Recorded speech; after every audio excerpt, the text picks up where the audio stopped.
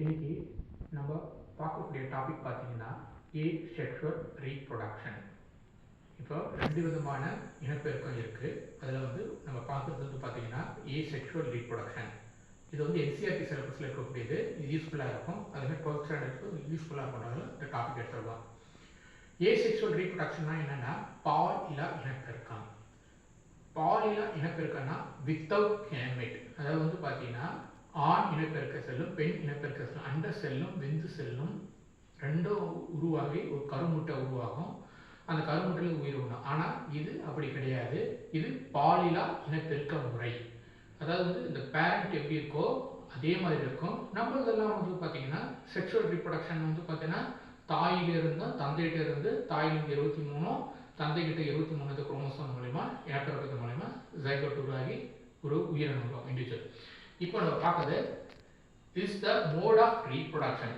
இது ஒரு வகையான இனப்பெருக்கம் தட் இஸ் இன்வால்வ். இது என்னது production of offspring by a single parent. அதாவது பார்த்தீங்கன்னா குழந்தை அப்படின்னு அர்த்தம். உயிரினம் பார்த்தீங்கன்னா எப்படி உருவாகுது அப்படின்னா பார்த்தீங்கன்னா இது இன்வெர்டிபிரேட் முதுகு நான் அற்றவையில் முக்கியமாக காணப்படுது. முதுகு நானவையில் கிடையாது. இது உயிரினம் ஆஃப்ஸ்பிரிங் குழந்தைன்னு சொல்லுவாங்க. அது என்னன்னா சிங்கிள் பேரண்ட். சிங்கிள் பேரண்ட் ஒற்றைமையமான பெற்றோரிடமிருந்து உருவாகக்கூடியது தான் என்னது ஏசெக்ஷுவல் ரீப்ரொடக்ஷன். புரியுதுங்களா? அதுக்கப்புறம் இதில் ஃபர்ஸ்ட் பைனரி. பைனர் ரெண்டு இணக்கமாக உருவாகும். The parent divide into two equal individual. அதாவது பேரண்ட் பார்த்தீங்கன்னா பெற்றோர்கள் பார்த்தீங்கன்னா பிரிவடைந்து என்ன பண்ணணும், டூ ஈக்குவல் ரெண்டு பார்த்தீங்கன்னா இரட்டை சமமாக பிளவடைதல். இது எங்க இருக்கும் பார்த்தீங்கன்னா அமீபா பேரன்சியம் ஒற்றை செல் உயிரினம் இருக்கு இல்லையா, அதுதான். ஏன்னா ஏற்கனவே சொல்லியிருக்கேன் இது முதுகுநானுடைய மட்டும்தான், முதுகுநான் அட்டையில் மட்டும்தான் இது காணப்படும். அதுக்கப்புறம் பட்டிங்னா மொட்டு விடுதல். New organism grow from. அதாவது ஒரு உயிரினம் எவ்வாறு வளர்ச்சியடைகிறது from outgrowth buds and parent body. அதாவது பார்த்தீங்கன்னா ஒரு உயிரினம் இருக்குன்னா ஒரு தாவரம் இருக்கு, அந்த தாவரத்திலிருந்து மொட்டு உருவாக்கி அந்த மொட்டிலிருந்து நியூ ஒரு உயிரினம் த பட் ஈவென்ச்சுவலி அதை இறுதியாக ஈவென்ச்சுவலி டிட்டாச். அது பார்த்தீங்கன்னா பெற்றோர்லேருந்து அதை அந்த பட் பேரண்ட்னா உயிரினம் இருக்கு இல்லையா, பெற்றோருக்கு உயிரினம் இருக்கு இல்லையா, அந்த தாவர செல்களிலிருந்து அந்த மொட்டானது தனியாக டிட்டாச் ஆகி தனியாக பிரிந்து ஒரு become a new independent individual. அதாவது தனித்துவமான தனியான ஒரு உயிரினம் உருவாகக்கூடியது. இது எதுன்னு பார்த்தீங்கன்னா ஹைட்ரால காணப்படக்கூடியது. புரியுதுங்களா? அதுக்கப்புறம் ஃப்ராக்மெண்டேஷன்னா துண்டு ஆக்கம் அப்படின்னு அர்த்தம். இந்த துண்டு ஆக்கம் அப்படின்னா the parent body breaks into several pieces. Parent பாடினா பெட்ரோல் இருக்கக்கூடிய பெட்ரோல் பார்த்தீங்கன்னா நிறைய விதமாக. இப்போ பார்த்தீங்கன்னா ஒரு எக்ஸாம்பிள் நம்ம அந்த காலத்தில் பார்த்துருப்போம்.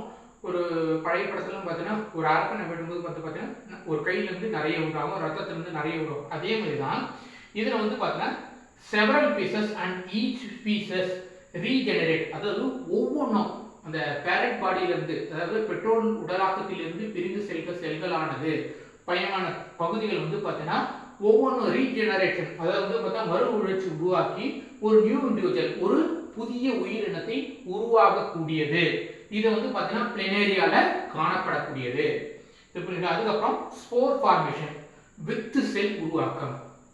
இது மைக்ரோஸ்கோபிக் ஸ்போர். மைக்ரோஸ்கோபிக்னா ரொம்ப கண்ணுல பார்க்க முடியாது, ரொம்ப இருக்கக்கூடியது. Are produce which are then dispersed பரவுதல். இப்போ பரவுதல்னா ஸ்போர் பார்த்தீங்கன்னா எப்படின்னா, இப்போ ஒரு எக்ஸாம்பிள், இப்போ எருக்கை இருக்கு.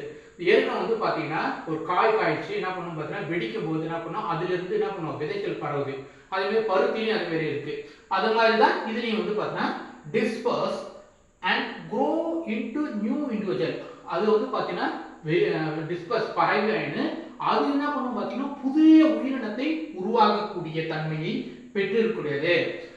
growing a new individual when condition are favorable. அதாவது பார்த்தீங்கன்னா அதற்கு தகுந்த அமைந்த கட்டமைப்பு கொண்ட அப்படின்னு நல்ல காரணி இருந்ததுன்னா அந்த உயிரினம் உருவாகக்கூடியது. அப்புறம் பார்த்தனோஜெனிசிஸ். இது முக்கியமாக கேட்பாங்க 12th. கன்னி இனப்பெருக்கம் என்றால் என்ன?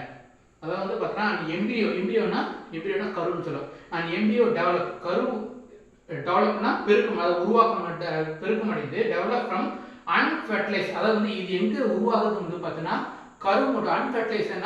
ஃபெர்டிலைசர்னா கரு உருவாக்கம். இது கருவுருவா முட்டையிலிருந்து உருவாகக்கூடிய ஒன்று அன்ஃபர்டிலைஸ். இது மெயின் வந்து எம்பிரியாவும் அதுக்கப்புறம் டெவலப் அன்ஃபர்டிலைஸ் எக்ஸ். அன்ஃபர்டிலைஸ் எக்ஸ்னா அதாவது முதிர்ச்சி அடையாத கருமுட்டை அப்படின்றது வரக்கூடியது. இதை வந்து என்ன சொன்ன எக்ஸாம்பிள் ரோட்டிபஸ். அப்புறம் ஜெமுல்லாவில் வந்து பார்த்தீங்கன்னா இதில் வந்து ஸ்பாஞ்சஸ் தான் கடற்பாஞ்சிகள்.